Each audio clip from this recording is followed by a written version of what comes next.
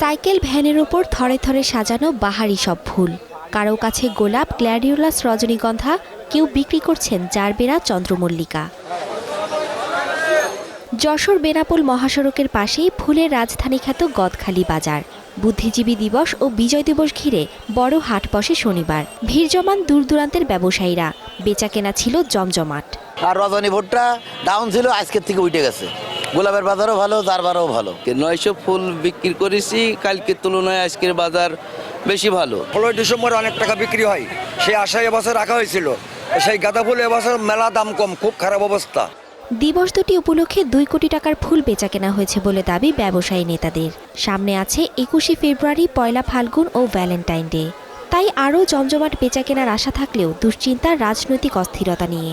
গোলাপ 10 টাকা, 8 টাকা, 9 টাকা। আর আপনার ভুট্টা রজনী আজকে বিক্রি হয়েছে 16 টাকা, 12 টাকা, 14 টাকা। দোকানদাররা মাল নিয়ে চলে যাচ্ছে, টাকা বলেও আমাদের সেভাবে দিচ্ছে না।